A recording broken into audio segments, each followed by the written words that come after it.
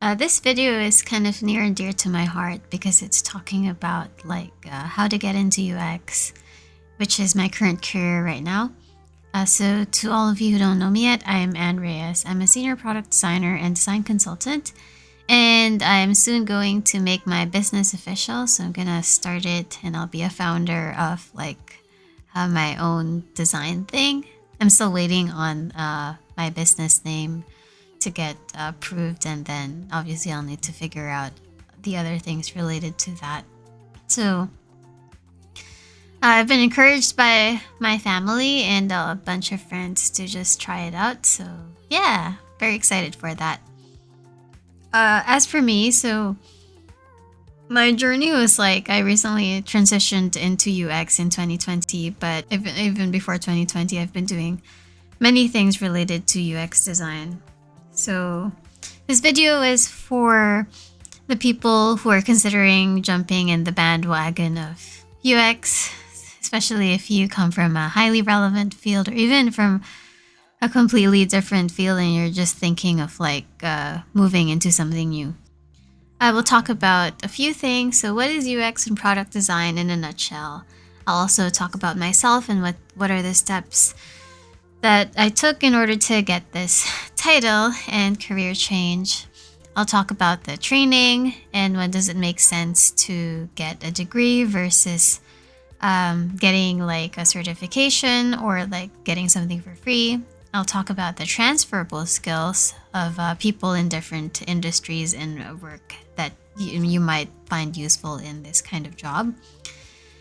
I'll talk about the state of UX jobs and how it's kind of going on right now in 2024. And then lastly, I'll just ask a few general questions just to ask yourself as well and reflect on if just for yourself to figure out if this job is right for you. So what is UX and product design?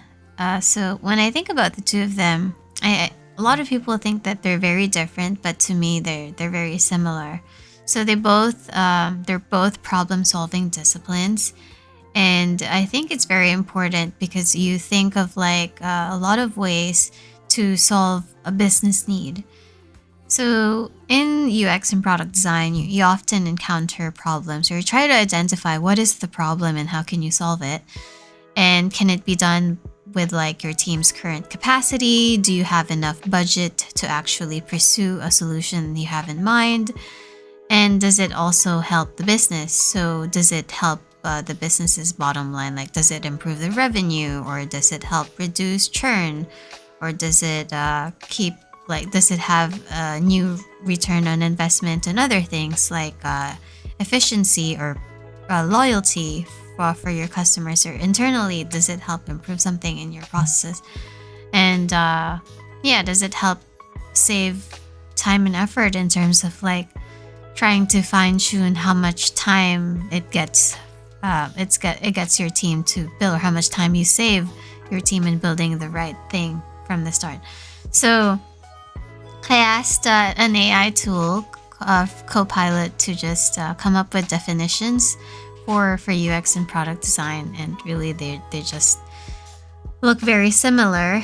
However, it does say that product design is kind of a more broader aspect of UX. So product design is the 0 to 1, kind of the end-to-end encompassing experience, so to speak. So it could also touch on things like how your customer service is set up, or how you market the product.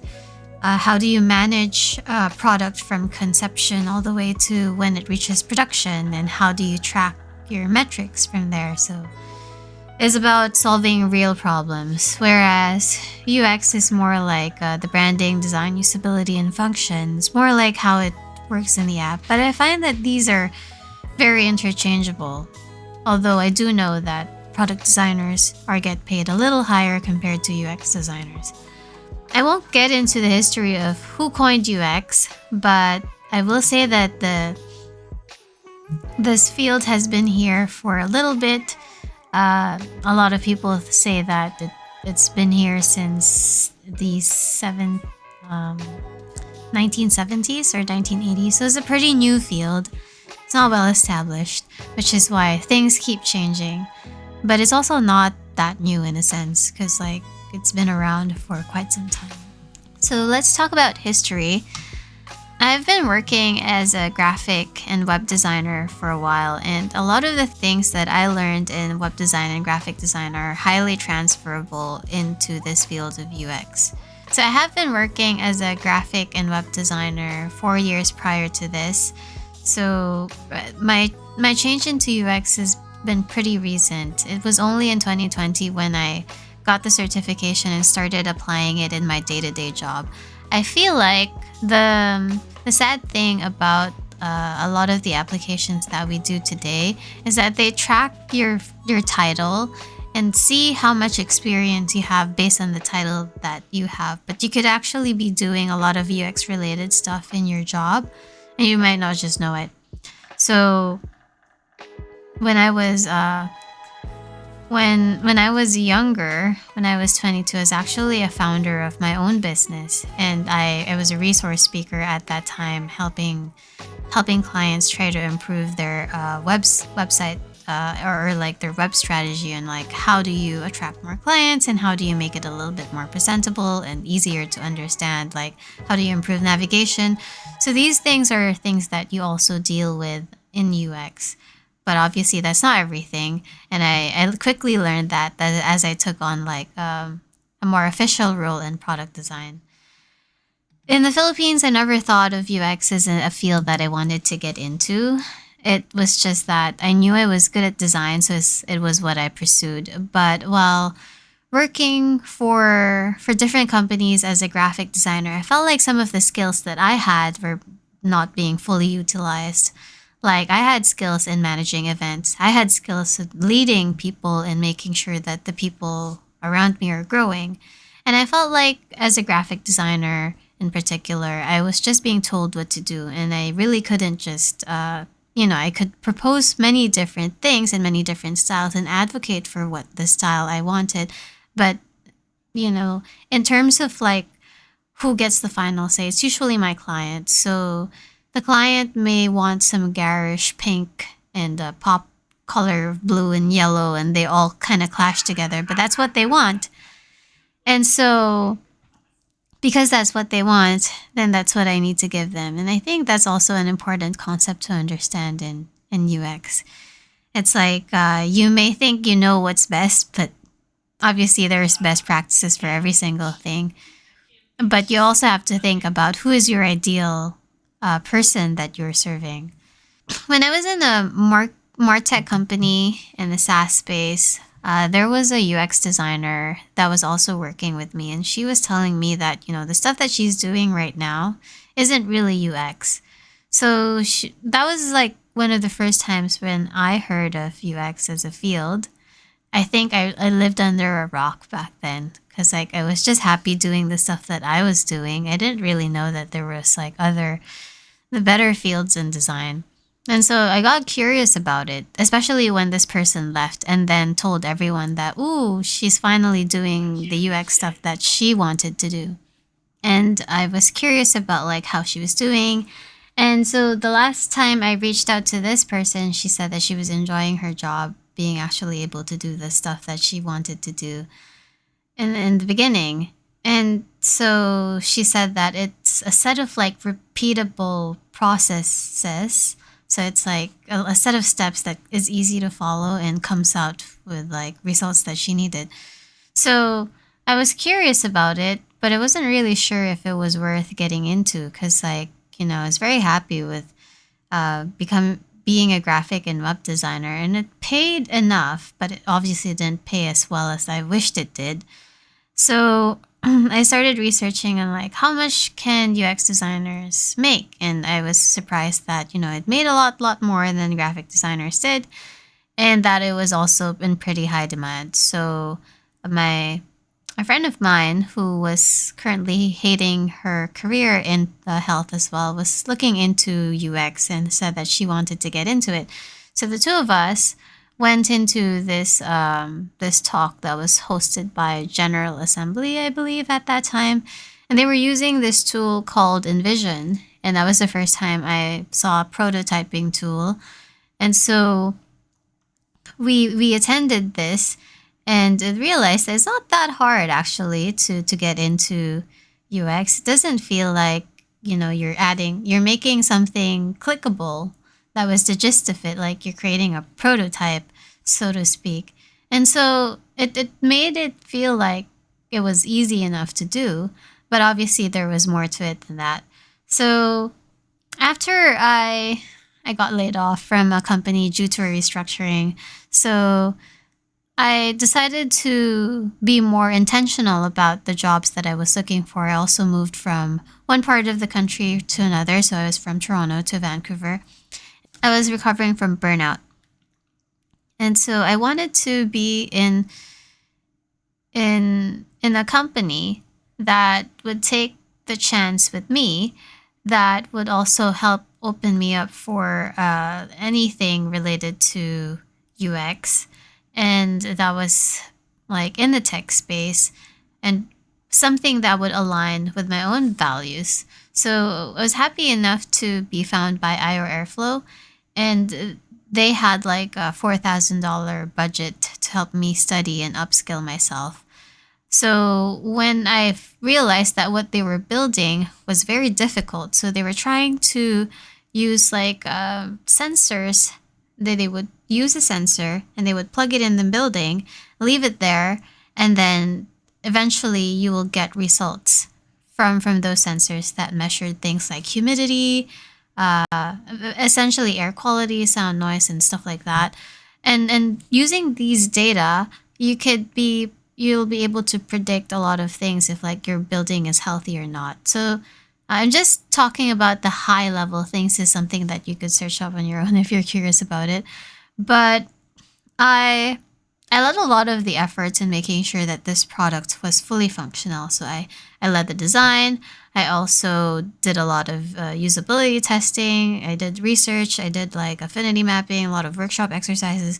These are all like jargon to you, but like I did a lot of UX related stuff after I did the training. So the first 3 months of like joining there, I completed like a data visualization nanodegree course from Udacity, which is very good and very difficult. It was like super hard. And I also finished UX Design Institute's UX Diploma course. So I have a certificate for that as well. They try to market it as like an associate's degree. So sometimes I call it an associate's degree. But really, I felt like after taking these two courses, I learned more than what I did when I was in college. Like, seriously, I learned more because I was actually able to apply these two skills in my job, whereas most of the skills I learned in college just completely went away, except for the ones I learned when I was part of organizations. So, anyway, going back to that, it was brutal because, like, I would be up from like 8 a.m. Because I think I was working for a different time zone at that time. And then I would be finished by 4 or sometimes 5 at work. And then I would start working on my courses. So I'll be studying until 12 a.m. every day for the next 3 months. So I was trying to put in the hours just to make sure that I had all of that together. And then I also got permission to study even at work because it was very important that I got the skill so, we could get things running. After that, the company was acquired and I was able to work with a person that acquired them to help integrate the app, but I ended up working on a different project, which is strange. That's when I learned about things like design systems, and then that ability, those two projects that I was able to do, and the people that reached out to me during my free time, wherein I could also apply my UX design skills, helped me get to my next role as a product designer, and then I eventually got promoted as a senior product designer. So it feels like it landed on my lap, but it wasn't. It wasn't easy. Let's talk about training.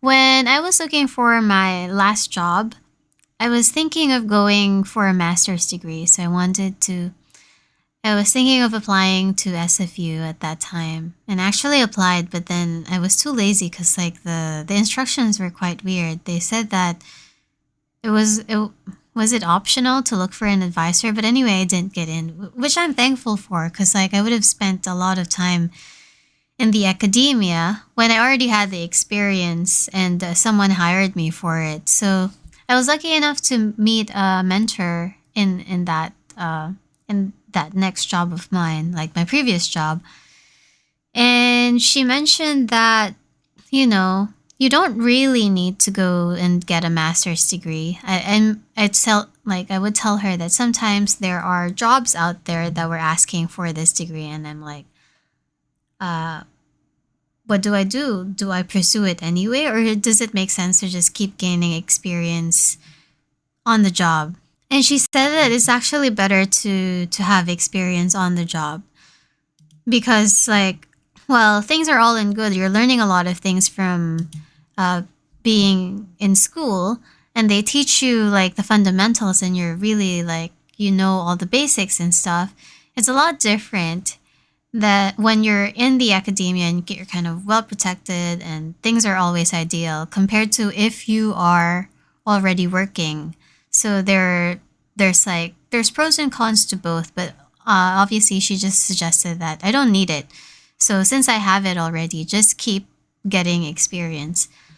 And that was kind of freeing for me cuz like I was always wondering if it made sense to get more education because I kept getting told that you'll only understand the real way of research once you do have a degree, and I didn't have that at that time. Maybe it was imposter syndrome too.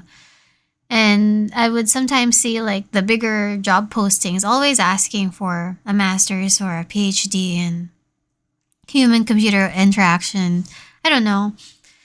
But I was able to get a job somewhere else, and I think that more than that has to say something that it's not needed. And obviously there's also a lot of certifications, so it's this is the good and bad thing about certifications. So certifications make you think that it's so easy to get into this industry, like all you need is like a boot camp of sorts, and you come out in that boot camp with all the rest of you having like a case study, and so that case study is so perfect. But the way it actually goes in a real project is you encounter so many challenges and you go back and forth from like one. So there's a framework called Double Diamond where you kind of ideate and then you come up with ideas and then you finalize like one idea and then you test that idea and then you make iterations until you finally launch it.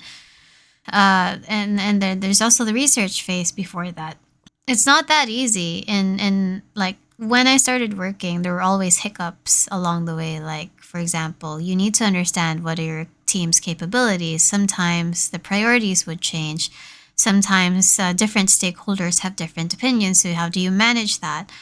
So there are things that they don't really teach you in a boot camp that you only get to learn once you start a job, but they do teach you fundamentals, which is fine.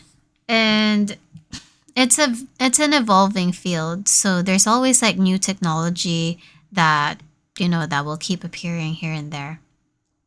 In terms of like whether or not I'm advocating for going to school or getting a certification, I feel like it would be great to have both, but also if you have someone already in that industry, like a mentor of sorts or a friend that you could ask, I think that would also be a big boost because like your friend would be able to share with you all the resources that you might need in order to break into this kind of field. But there is caveat to that, which I'll talk about in a much later part of this video.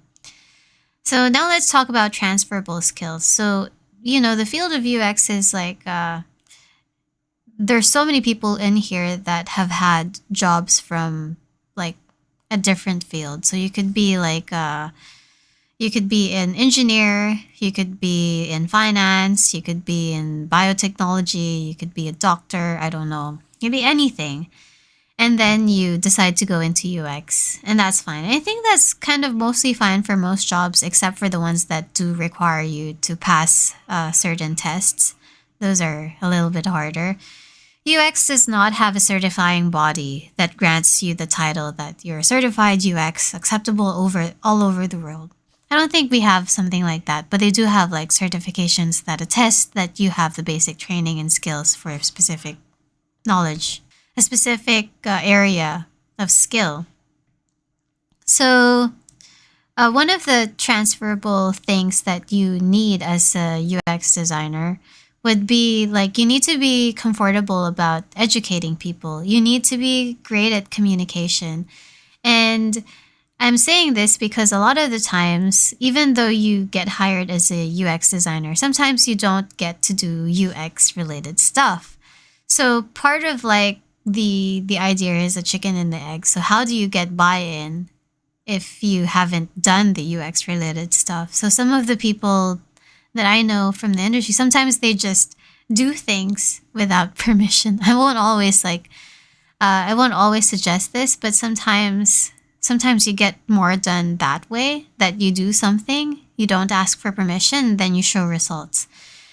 So part of the cost saving that you do as a UX designer is that you save the risk of building the wrong thing at the start, because some of the developer led companies, for example, in the past are maybe like prone to action or biased to action. So they may want to build something right away in order to test the idea. But the problem with this is that you're wasting a lot of developers' time. They're usually paid more than product designers. And so if you are a product designer, you have the tools you have the tool, and I have the tool like Figma. I can prototype and I could test the idea before a developer gets to even build it. So there's a multiplicative kind of saving effect there, where you don't have to wait for too long to test an idea that a developer might take like 6 months to build. A designer might take like a few weeks to build that and test that out. And then if you figure out that the idea does not make sense, then you can also share that information to your team. And, you could decide whether or not it's worth pursuing or trying out other ways to solve the problem. You also need to be prepared to find allies and learn the politics of UX, because like at the start maybe you won't really feel it, because like people would tell you what to do and maybe you have a clearer set of responsibilities.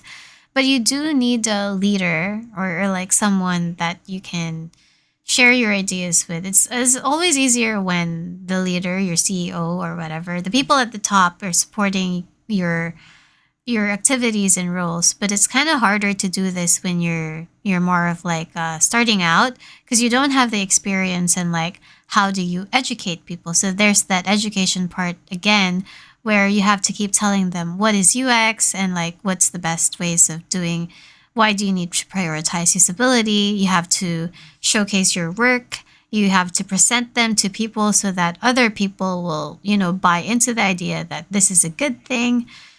And it's also like, I guess it's a process change, not just for your team, but the entire company. Because like introducing a person that comes from a UX or product design background means that you have to think of things a little bit differently. And there's like this term called forming, storming, norming, and finally performing. So it's like the stages of like how a team could just come together for the first time. Every time you introduce a new member in a team, the dynamic changes. So you go back to this forming stage where you're just trying to get to know each other, finally to the storming stage where you're finally comfortable arguing about like what you don't like and what you like about. So it's things are not working out. And then eventually you're in the norming stage where things are finally settling down, and you're starting to get optimized for the performing stage where you're at your best state possible. And in terms of organizations, so like you need to put rules and process changes so you could be more effective in your role. And in my situation, some of the companies that I've worked with, I'm fortunate enough that like I always had support, but sometimes there's no support. So, what do you do when there's no support? And so it's more like it gets a bit more stifling. So it's like how can you work with what you have too? So not all the time does a UX designer have the budget, but sometimes you do need budget for tools and research and stuff like that. Um, and one of the best ways to do that is like learning how to manage expectations of other people. You also have to, again, um, be political in a sense. Like you need to befriend people. You need to, you need, you also need to make sure that they understand what you're saying. You need to be able to present ideas to them. And you also need to sort of like manage up. Because, like, a lot of the times, at least for myself, I wasn't in a leadership position. So I had no sway over things. But when there is someone that speaks for product design, I feel like it's a lot easier to do things. I'll tell you an example. There was one time I was working with a group of people, and I've been told that no way am I going to let my developers do design.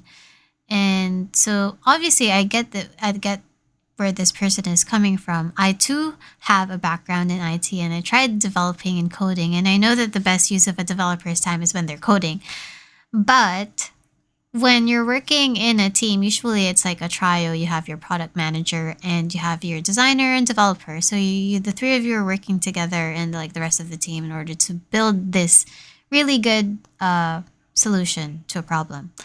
So obviously you would have to communicate like what are you doing at any given time. You can't just be like the worst thing that could happen is like for example, I'm a designer and I like hide away in a box and I don't really see the rest of the team, and then I present to them this is my idea, and then I found out like after spending 2 weeks of my time designing that this idea sucks. This idea cannot be built. So that's why you need to collaborate at the start. And so being collaborative is also an important skill that you should have as a UX designer. So you also need to learn how to present to different people. Like I said, different people meaning like you have to present to CEOs, maybe people from different regions. You have to know how to read the room, the language. You need to know what they want. You need to get to know them so that you can communicate effectively. And you also have to be prepared to get a lot of feedback. So this is key in any design role. I feel like a lot of people in other roles don't get this as much as designers do. It's like everyone has an opinion when it comes to a design. And so you need to know when to prioritize that feedback, when does it make sense, and when do you just ignore that feedback altogether. And lastly, you need to be good at prioritizing because like there's so many things that you could do at any given point. Like you could also be tempted to just research a lot. Like I could, if I was given the time to research for 2 months, I could spend 2 months researching that. That's not a good example, but I'm just saying that uh, you need to know when to prioritize, when to do things. I need to learn, or I needed to learn rather, when is it better to do unmoderated testing versus moderated testing. I need to learn when should I do card sorting, tree testing. When was it ideal to just do like a usability test once? How many times is it effective? How many times should I iterate on something? When am I comfortable to say that okay, this is the version that we're going to launch or something like that?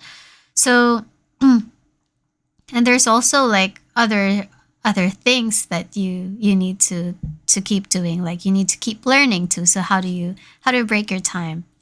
There's also like prioritizing your own time too. So I said that sometimes in a tech company or any company really, you would have a lot of meetings, so you'd have to be comfortable about saying no to the meetings that you're being asked to attend. Okay, so that's a lot of things to consider, but I feel like those are necessary things. So the next thing I want to talk about is the state of UX jobs. So right now in 2024, I feel like it's a lot harder compared to when it was 2022. There's a lot of factors to that because, like, during the pandemic, the rates were lower, people were getting loans, there was a hiring spree, and now there's like a bunch of like tech companies laying off people after another. So in the past, there was like the great resignation, and now I feel like I've been reading a lot of reports that said that people want to stay in their jobs. They want to secure stability more than, like, getting laid off. So there are people that are okay to take a pay cut just because it helps them pay for the bills. And jobs are weird right now. Even positions and labels are quite strange.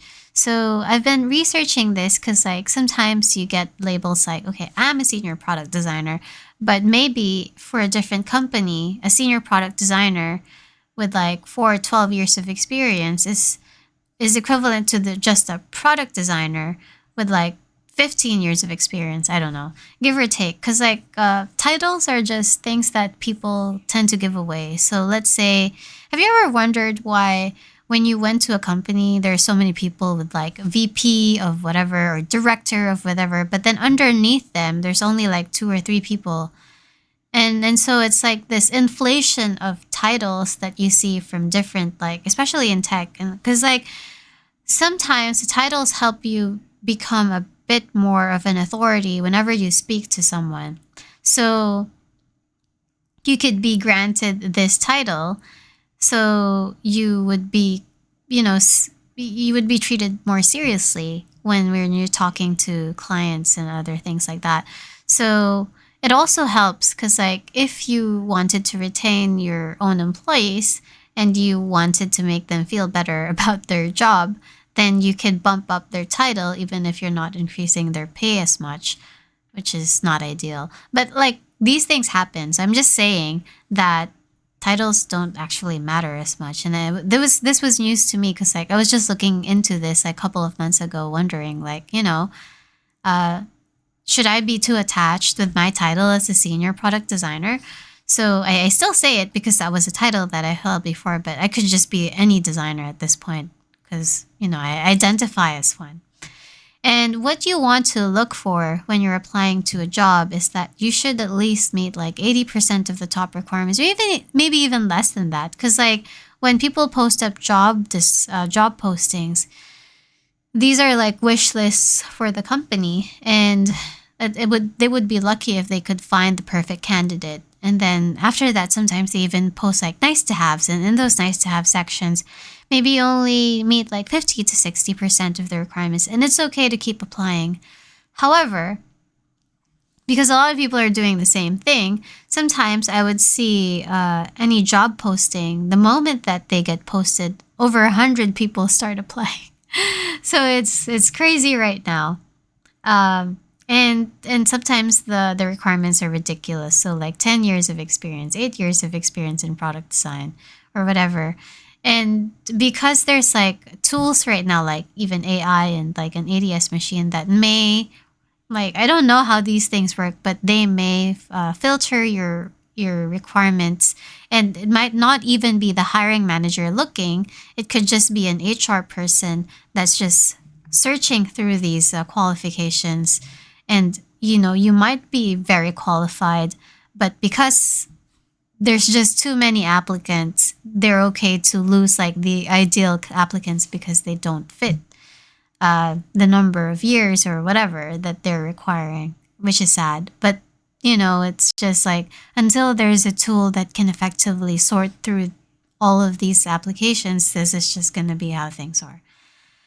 Regardless, if there is a will, there is a way. So this video is not a video about like how to tackle job applications. I mean, obviously I could write, or I could like create a video out of that if people are interested. I mean, if you have a comment and you really want you're in desperate need of help on like how to apply for jobs, I'm also in the same boat, but I have had success in the past, and I could share like what are the tools, tricks that I've done in order to get hired for this field.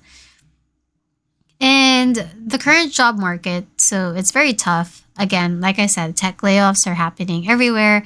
You have designers trying to stick into their current roles. They don't want to jump ship because they just want to feel the stability. There are businesses from left and right trying to downsize so that they have more runway for their own business to keep their employees alive. And in terms of like interviews, so because businesses are becoming more intentional about hiring, I'm seeing like 4 to 7 rounds of interviews before you can have before you can get an offer. The sad thing is like there's also other things that you have to watch out for, like things like take home activities or take home exams. Sometimes this is okay, and sometimes it's not, because like maybe you're just getting used by that company for free labor. But a take home activity was something that I did for a job application that I had in Dubai, and it landed me that job. So it's up to you if you want to take it, but it's a red flag for me. Like, I've read somewhere that there was a successful applicant that just created a presentation, didn't provide the Figma files or any mock ups, and just told them that this is the strategy that I would use in order to solve this issue. But if you want to learn more on how I would implement it, you have to hire me. Excuse me. So that was very helpful. So another thing that I would want to highlight is I've been looking at the job trends and like how long does it take to look for a job right now, and it could take anywhere from 3 to 6 months. It could take more. So better be prepared in like the job hunt thing. It can be difficult. Like, I sometimes I feel like am I not that good? But obviously there are probably more people that are better, or there's just sometimes they just hire internally, or sometimes it's a ghost job posting. The thing is, like, designers are usually the first to go because they're not deemed as important compared to the other roles in the company. So when you hire a designer or UX designer in particular, they fix the problem. And then once the problem is fixed, then the business thinks that it's okay to let them go. So take this with a grain of salt. I don't know how true this is, but I do know that it's pretty volatile for UX designers right now. Uh, Regardless, it's still a very lucrative field, especially once you get into it, and it's also highly rewarding to know that you're basing off designs with data, and that you're making an impact with your designs that are also measurable.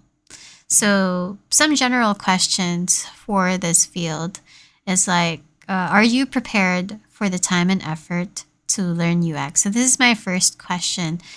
And I'm asking this because, there's a lot of time that you need to put into this. And there's also a lot of money involved, especially if you want to take like a degree or you're going for the certifications route. So there's like multiple websites there that show you which are the best boot camps available. And one of the cheapest right now, I think, is from Coursera. I've heard good things about the Google UX certificate course. And I would also recommend the UX Design Institute one because that's where I got my UX diploma. That really helped me. However, I think there's no like one size fits all. So there's also like free ways to learn. There's like countless of free videos available in YouTube, but you just need to find them. Okay, the next thing is, are you okay with doing a lot of research? So, uh, UX is not UX when you're not doing research. I will leave it at that. Like, if you're just building mock ups and screens and you're not testing it, or you're not like at least looking outside and like trying not to reinvent the wheel, then you're just doing UI. It's not UX. And I'm not saying that UI is bad. UI is a very valuable skill, but I think they are two different things. The next question is, are you prepared to go looking for a job in a 3 to 6 month time frame? Are you prepared for all the rejections that you may face? Like, you may apply to 100 to 1,000 jobs. And even though you're so intentional about every single one of them, it may take a while. And if you're okay with that, then kudos to you. Next is, are you prepared for lifelong learning? Because there's just so many tools that you need to learn in UX. There's tools for researching, different frameworks, different research methods that you need to learn. There's also ways of handling data. So, how do you understand the quantitative data that you have, and how do you frame qualitative data into quantitative data? How do you recruit people for interviews? How to use Figma, which is like the tool of choice for designers right now. How to use research repositories. What about design systems, product management tools, A/B testing, accessibility? How do you use AI to complement your design? There's unmoderated testing tools. How do you understand the language of the business? How do you how do you learn that? What about how to work with product managers and developers? And how do you influence without authority? There's just so much to learn. And this is why I'm bringing in my next point again, which is around mentorship. So if you have someone that can teach you and show you the way, it might be easier to get in. So for myself, I feel like I've had a few people that I knew, but not necessarily, I didn't treat them as mentors, but eventually I met people that really helped me grow as a product designer. So I would advise you to find that. And I could be that person for you, because like you're listening to this YouTube channel right now. But obviously, it's different when you're like doing one-on-one and you can just shoot your questions out there and it will be answered. And then lastly, what is your backup plan? So if you're thinking of going into another career, sometimes things might not work out. So again, I was saying that if there's a will, there's a way, but sometimes things don't work out. So having an alternative plan kind of makes sense. So maybe you, instead of like thinking that you need to get hired in a job right away, maybe think of like volunteer work or like freelance. I don't know, or like doing a side project for your family or friends, or something that you're really interested in as your first case study. And so in the events space, when I was working and I had like so many things dropped on my shoulders as part of my responsibility for production and more, I was so stressed out. And I asked my former colleagues before, who was also in events, like, what do you do if you're in this situation? And they told me that you should always have a backup plan. I think I kept that idea with me, that for every single thing that you're planning on doing, what is your backup plan if things don't work out? So if your answer to the first few questions that I had around, so just a quick recap, are you prepared for the time and effort to learn UX so that you can transition into it? Are you okay with doing a lot of research that also involves being able to talk to people? Are you prepared to go looking for a job in a span of like 3 to 6 months or more? And are you prepared for lifelong learning? So if your answer to those questions are yes, then I think you're well on your way into getting into this field. And just a reminder though, that all of these things that I'm talking about comes from a very subjective experience. So it might be different from someone else. Maybe it's a lot easier for them, or maybe it might be a lot harder. Who knows? But I do wish you the best of luck, and I'm hoping that me sharing these things kind of help. If you do have any questions, do let me know, and I will try my best to answer them in the comments down below. And if you like this video, and you want to see more of this content, please feel free to subscribe and like this video. Share it with your friends who are thinking of looking into UX, and I will see you in the next one.